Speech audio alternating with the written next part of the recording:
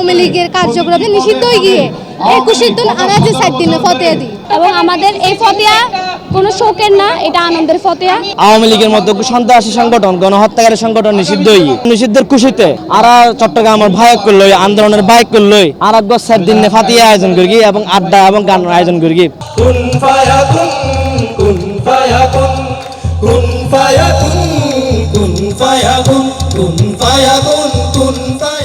আরা চট্টগ্রামের ঐতিহ্য ম্যাচ জান এটালাই আওয়ামী লীগ গিয়ে গো আওয়ামী লীগ খবর ঢুকে গিয়ে গো এটালাই আজি আর ম্যাচ জান এবে জুলাই তো আর এলে ব্যাকিনের গো মানে কম্বাইন গো ম্যাচ জান আর আয়োজন হচ্ছে কি জারাইও না গরু জারে ও জারাইও দুও আর আজি যে মেসেজ গান ই বললে যে সরাচার ওই উড়িব ইতার আর খবর দাফন করে দি আর এলে ম্যাচ জান দিও যে সরাচার হইব এটা টিকতো না দিও ইতার আর এলে খবর দি ফেলাইও সেদিন যে আর যখন মানুষ মরিলে যে সেদিন একটা ফাতিয়া দেয় আরও সেদিন ফাতিয়ার নাম দিয়ে একটা প্রোগ্রাম করি কারণ আওয়ামী লীগের কার্যক্রম নিষিদ্ধ মানে আওয়ামী লীগের বিচার পর্যন্ত আওয়ামী লীগের হাম নিষিদ্ধ তার মানে আওয়ামী লীগ ডিলেমিকে মারা গিয়ে অফিসিয়ালি মারা গিয়ে ইয়ার আগে মারা গেলে মানুষের মনত এখন সাংবিধানিকভাবে অফিসিয়ালি মারা গিয়ে তো মরিবার পরে যে সেদিন ফাতিয়া দেয় আরও হিসেবে এখন সেদিন ফাতিয়ার ব্যবস্থা করি। আপনারা জানেন কেউ মারা গেলে তখন 4 দিনে দেওয়া হয় মেজবান দেওয়া হয় ফতিয়া দেওয়া হয় আমরা যেটা চিটাগংয়ের ভাষায় বলি। তো আওয়ামী লীগ নিষিদ্ধ আওয়ামী লীগ একটা দল ছিল যারা স্বৈরাচারী করে গেছে এত বছর এবং তাদেরকে আমরা একেবারে কবর খুঁড়েছিলাম এবং আমরা তাদেরকে সেই কবরে মৃত ঘোষণা করতে পেরেছি নিষিদ্ধ করতে পেরেছি তার জন্য আমাদের আজকের এই 4 দিনের ফতেয়া। চট্টলা যারা জুলাই বিপ্লবী ছিলাম আর যারা জুলাইয়ের রাজপথের সৈনিক ছিলাম তারা মূলত আজ একটা চট্টগ্রামবাসীর আনন্দ মুহূর্তের একটা আয়োজন করি যে নলে স্বাভাবিকভাবে যখন মানুষ মারা যায় তখন সেদিনে ম্যাচ জান দেয় আর মনে করি দেখি বাংলাদেশের আওয়ামী লীগের যে রাজনীতি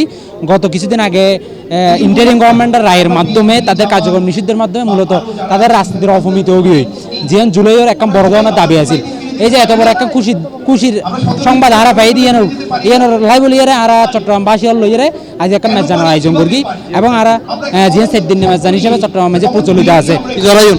জুলাই আর ইয়ানের মাধ্যমে আরো একটা বার্তা দিতে চাই প্রজন্মরে বর্তমান যারা প্রজন্ম আছে তারা হচ্ছে যেহেন স্বৈরশাসক যেহেন কুচক্রী মহল যখন মানুষের অধিকার বাতের অধিকার ভোটের অধিকার যখন হরণ করিব তখন ইতারা যেখানে গিয়ে বিদ্যাঙ্গুলি প্রদর্শন করিব যেহেন মুহূর্তে সারা বাংলাদেশে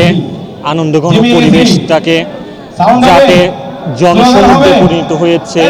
এই জনতাকে যাতে সুযোগ করে দেওয়া যায় আনন্দ ভাগাভাগি করার জন্য 17 বছরের ফ্যাসিবাদী কায়েম যারা করেছে তাদেরকে এই যে আনন্দঘন যে পরিবেশ তাদের যে এই ভাগাভাগি করার জন্য মেজবানি আয়োজন করেছে।